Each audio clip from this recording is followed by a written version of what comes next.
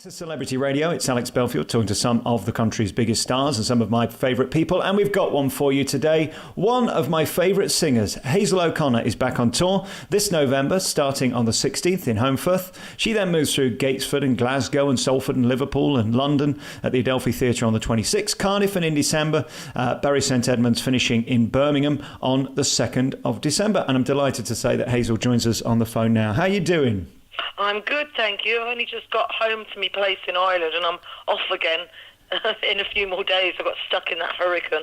You know, the problem with you is the fact that you've got to go to them. That must get tiring. I mean, a career of being on tour is exhausting. People forget that. Do you know something? It's okay as long as I've got a good audio book. Because I drive myself and probably because I'm a bit of a control freak, I like driving myself. I like being alone or with a few friends, but I love listening to my audiobooks. And as long as I've got an audiobook, if I've got 500 miles to drive, I don't even realise it. Is it still amazing all these years on? I mean, the 80s was your decade, really. You more or less owned it. Obviously, Breaking Glass being a defining moment for you, that some 37 or so years later, people still care. It's remarkable, isn't it? Love it. I feel very lucky and very blessed, and it's great when, you know, second and third generations of families indoctrinated into the O'Connor cult arrive. I love it. I really love it, and I think it's very important to, you know, to continue, because that's what I do, and it's a good message to other folk, you know, the musicians that are much younger. It's about continuing. It's not about having hits, because hits come and hits go. But if you continue, same as any walk of life, to survive and to continue is a very important message to hand over to the next generations. I've spent my life talking to people like you and trying to work out why some survive and some don't, and why people care about some and then others they quickly forget, or there's one-hit wonders that never seem to get a second chance. Have you put your finger on it? Is it the fact that you connect with your audience more? Why do people still put their hand in their pocket and pay for a ticket to see Hazel O'Connor? I have a feeling that the X factor, let's say, in all of this is the ability to emote on a real level. Right. And if you're, you know, a songwriter as well as a singer, you've probably got double chance to do that, if you like. For example, somebody like Ed Sheeran, who is just him and his guitar, but he can hold thousands and thousands of people with beautiful words, beautiful songs, and his character, because he's real. Yeah. And I think that's what people love about it, and I think that's what happens with me. Sometimes they come to these concerts that I've been doing over the last 8 years with, you know, I work with Sarah Fisher, who used to be in Eurythmics, and Claire Hurst, who sax plays to be in Bell Stars, and was a David Bowie Live Aid sax player.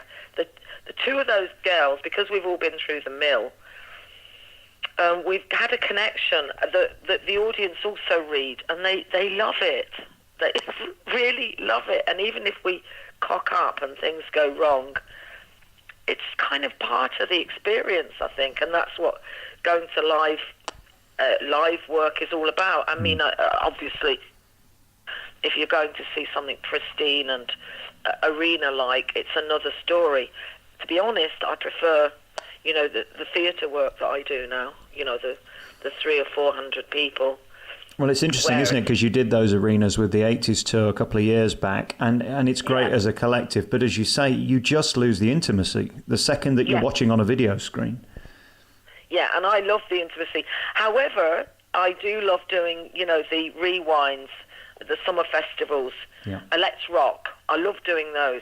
But that's because not quite often, every time I do a Let's Rock festival or a rewind, I always make it my business to go for a walk around the audience then and be part of the audience and dance with the audience at other acts because I love it. I love the feeling of all that. And I always go to the donut man too to buy donuts.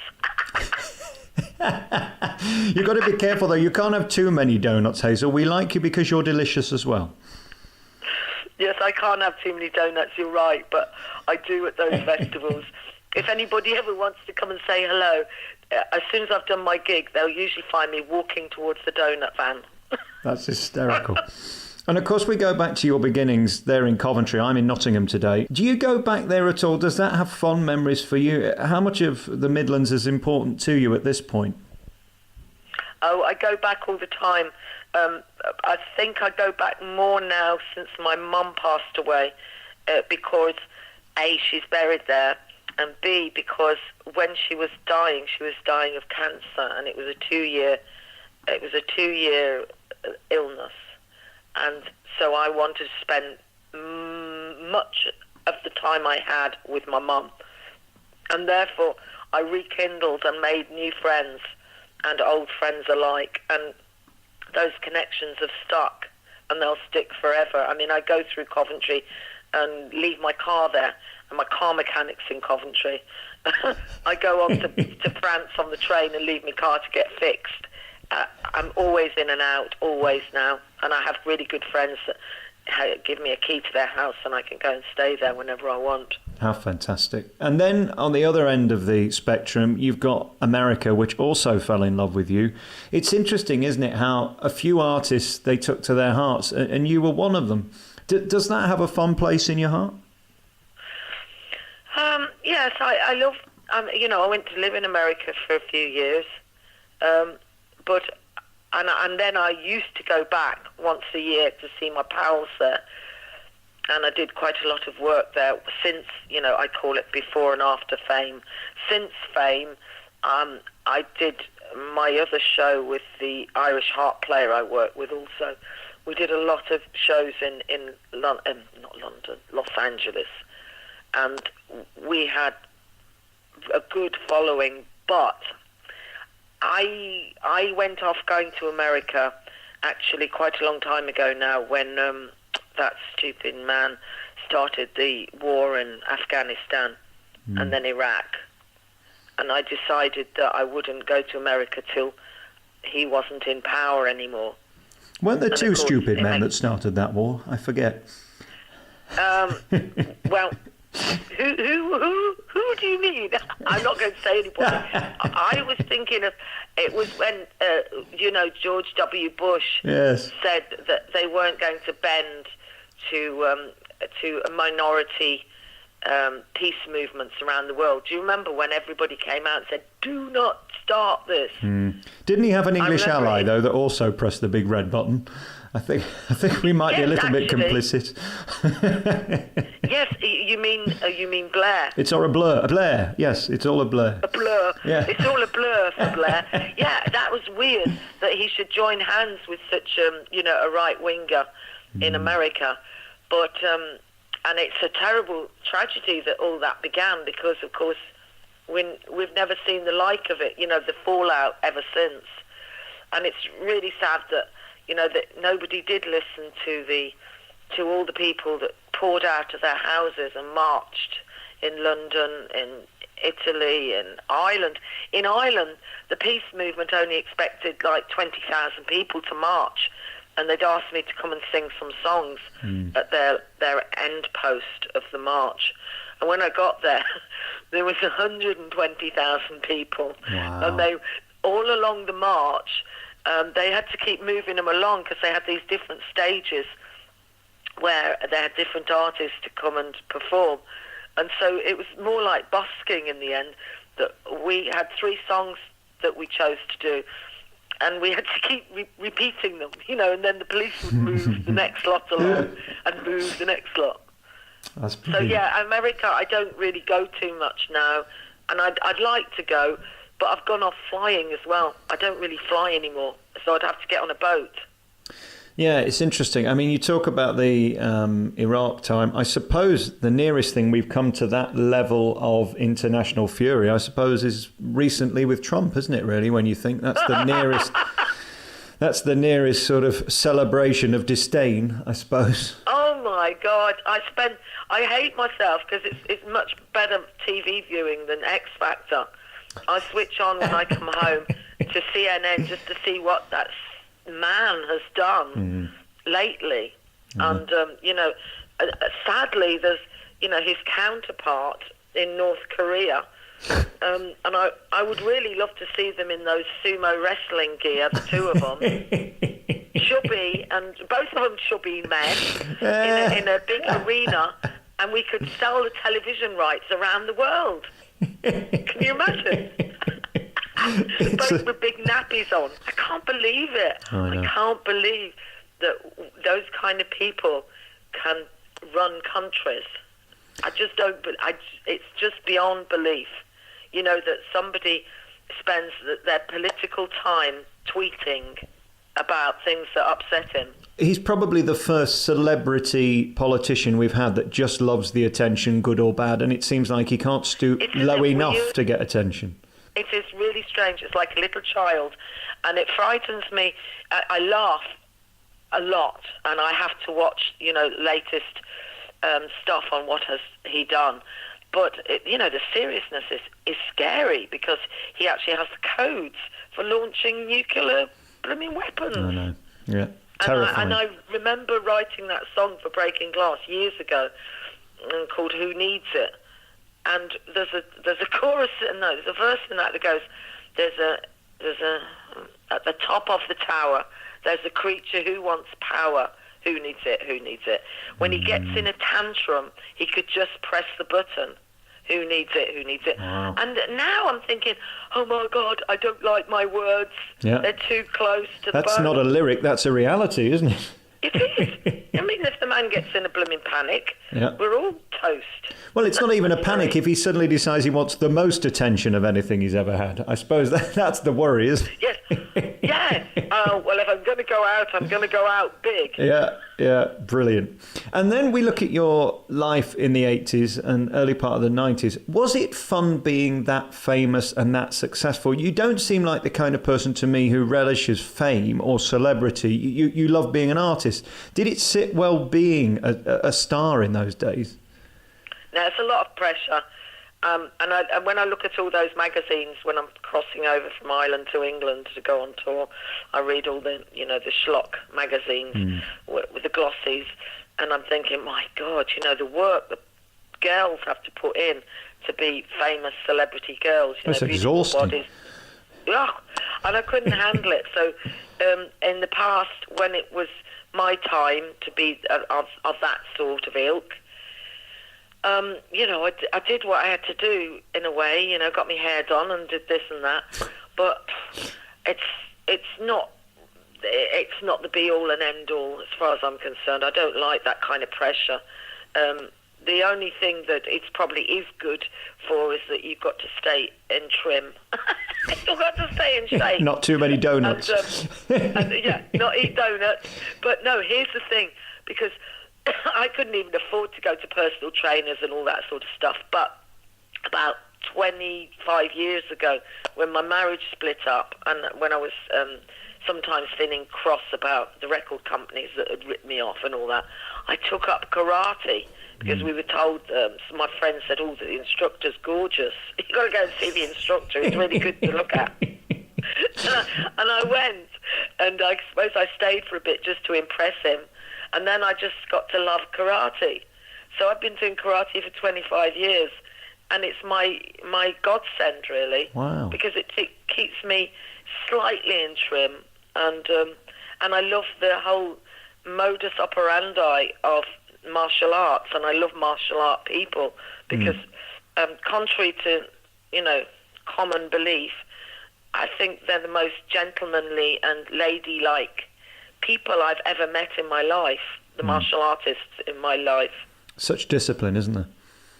Yeah, and I think it's a great thing for kids, and I've been trying to get my black belt for years now, but every time it's time for grading, I'm usually on tour, or I've broken a limb or something, because I've had a lot of breaks lately. I broke my sternum last year doing DIY in France, and then I broke my shoulder showing off at karate that I could do a rolling break for.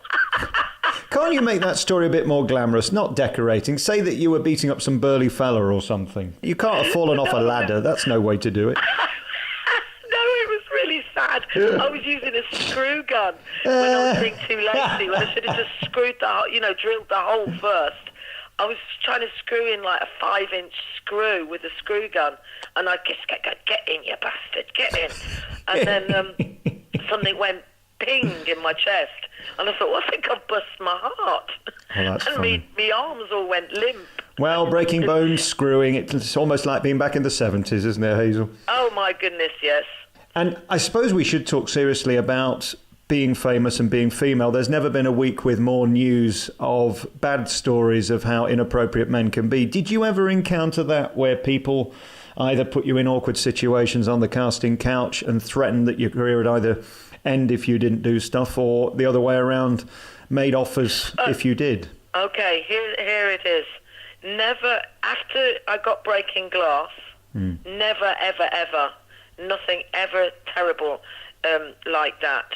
And probably because, the people involved, the people involved in Breaking Glass, it was a woman producer and her partner who was masculine, male. Right. And the director, Brian Gibson, was just my best friend for years.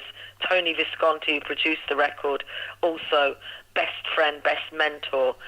And because I came in at that level, I suppose people didn't mess with me. And when we went to Hollywood, not a problem. I got a contract with Paramount because of Breaking Glass. So everybody was very respectful. But before that time, before I cut through, I went years before fame.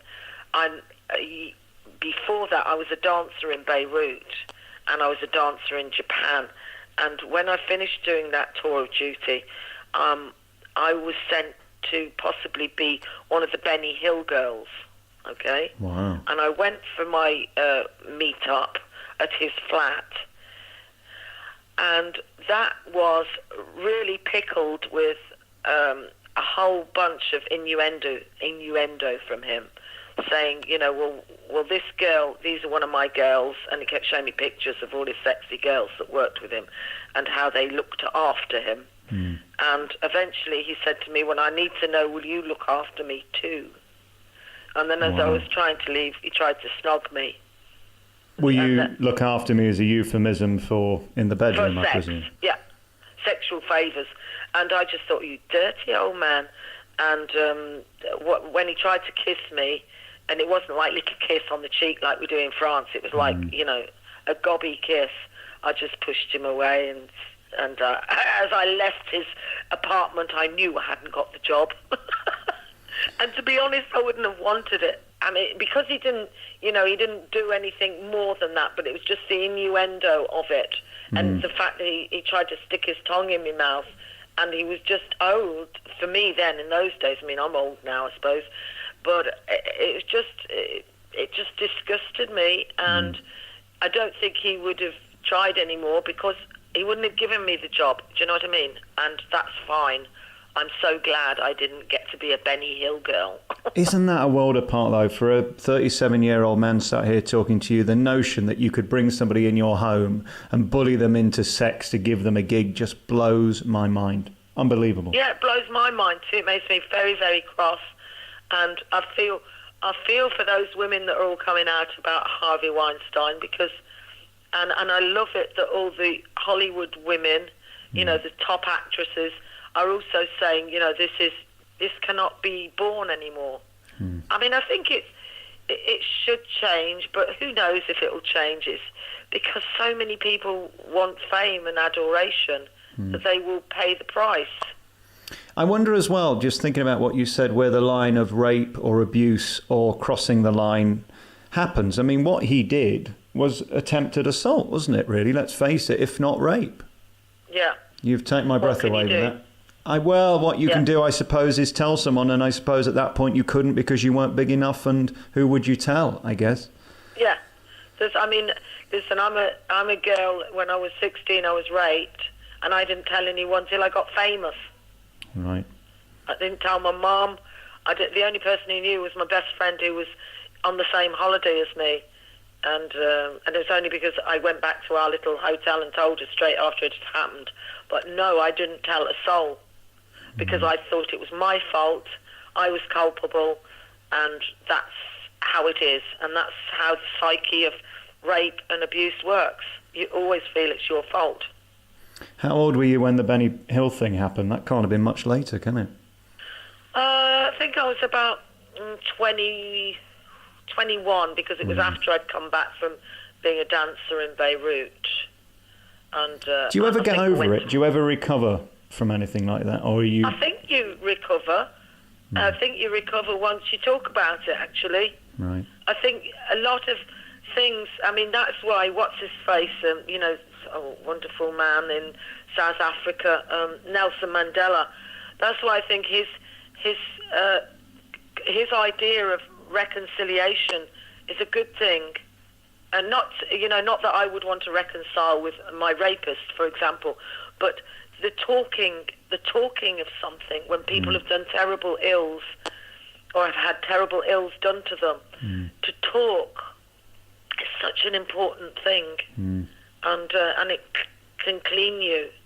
I think you can talk about it too much, and then it's like, oh, for God's sakes, I can't talk about this anymore. I feel sickened by it. But yeah, and also life is full of these strange twists and turns. I just watched a TV program called Tin Star with Tim Roth in it, and it was really strange because the twist of the plot was that there was a lot of abused and abusers in the story, and you have only to look at history, how the abused can become an abuser, and so on. That we have to be really careful and diligent. But how much strength must you have to have walked out his house and not fallen for it? Because that's how these predators succeed, isn't it? By the fear of you not having the strength to say no, and you did, and you left. That says a lot about you. Well, yeah, or it says a lot about that he was a horrible old man. Right. with spitty old breath trying to get near me. Oh, God, no. And to think they're still playing him in America and think he's hysterical. The irony.